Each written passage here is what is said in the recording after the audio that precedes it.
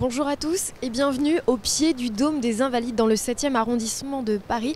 C'est là où se déroule pour la 11e édition une exposition de concept car assez somptueux, plus les uns que les autres.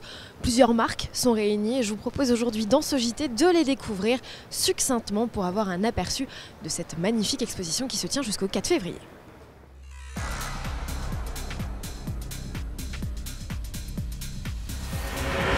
Avant de vous présenter les concept cars stars de cette édition, je vais vous présenter la plus belle voiture de l'année. C'est elle, l'Alpine A110. Elle a été élue par plus de 120 000 internautes. Plus belle voiture de l'année devant le BMW X2 et le DS7 Crossback. Je vous propose tout de suite un tour d'horizon des vainqueurs de l'édition 2017 des Grands Prix décernés par le jury. Devant un parterre de 600 invités d'horizons divers et variés, Carlos Ghosn s'est vu remettre une palme d'or. Le jury a récompensé le président de l'alliance Renault-Nissan-Mitsubishi pour sa vision stratégique et sa contribution au rayonnement de l'automobile. Un sac qui intervient simultanément au couronnement du groupe en tant que numéro 1 mondial de l'automobile devant Volkswagen. La McLaren 720S a reçu le prix de la plus belle supercar et le bureau d'études Ital Design s'est distingué chez les voitures futuristes pour son projet Pop-Up développé conjointement avec Airbus. Du côté des designers, Jerry McGovern, à la tête du style Land Rover, a reçu le prestigieux Grand Prix du design. Autre grand vainqueur de ce festival automobile international récompensé donc par le jury, ce concept, le Mazda 6 Vision Coupé, c'est un élégant coupé 4 portes de près de 5 mètres de long. Son style, très novateur, préfigure le style des futurs Mazda à l'horizon à peu près 2019-2020. On parle même qu'il pourrait y avoir une certaine ressemblance avec une certaine Mazda 6. En tout cas, ce concept avait fait forte impression à sa première présentation au Japon et de le voir ici, dans ce contexte, sous cette tente, eh bien, l'impression est renforcée. Le concept est vraiment spectaculaire et c'est vraiment l'un des coups de cœur de cet événement. Distinction pour DS également, le DS7 Crossback a été récompensé du titre de plus bel intérieur par le jury de ce festival automobile international. À l'occasion de l'exposition de concept car, DS expose deux modèles, un DS7 Crossback que vous pourrez essayer et ce DS7 Crossback un peu particulier puisque c'est le DS7 Crossback présidentiel, celui avec lequel Emmanuel Macron a descendu les Champs-Élysées lors de son investiture.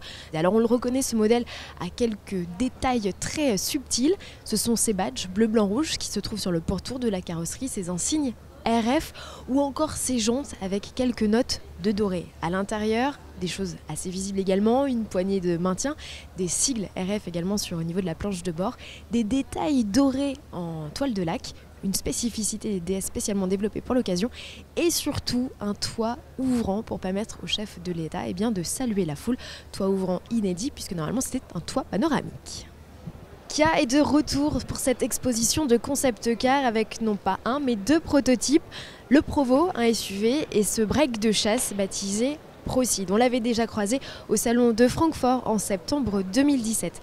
Alors ce concept, il donne de précieuses indications sur le futur style de la gamme Ceed. Le premier membre de cette famille, on le découvrira au salon de Genève en mars prochain avec, je peux vous le dire d'ores et déjà, des premières photos qui nous arriveront dès le 15 février. C'est un modèle qui a été développé selon 3 axes, la passion, la performance et la puissance. La passion, ça se traduit notamment par cette couleur rouge très spécifique, une couleur rouge lave avec 19 couches de peinture, rien que ça.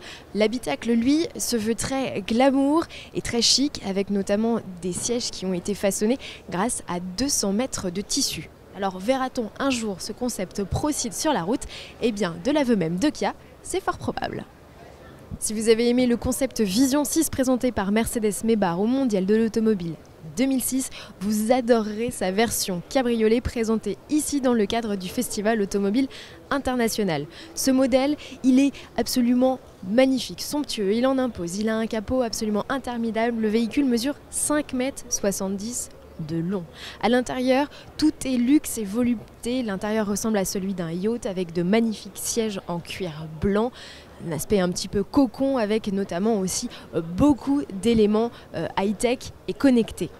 Pour ce qui est de la motorisation, elle ne change pas comparée au Vision 6. C'est un moteur électrique de 750 chevaux qui équipe ce véhicule. L'autonomie serait selon Mercedes aux environs de 500 km. Allez, on termine avec une surprise, cette magnifique Lamborghini, ce concept baptisé Terzo Millennio, en d'autres termes troisième millénaire, et bien c'est tout simplement la Lamborghini du futur. Elle n'a pas eu de prix lors de la soirée du gala du Festival Automobile International, mais elle s'offre ici son premier bain de foule, donc autant dire que c'est un véritable cadeau que de pouvoir l'avoir. Cette Lamborghini a la particularité de ne pas accueillir de V12, mais une motorisation 100% électrique, mais le constructeur s'y engage, la sonorité sera la même que le moteur thermique, on a hâte de voir ça.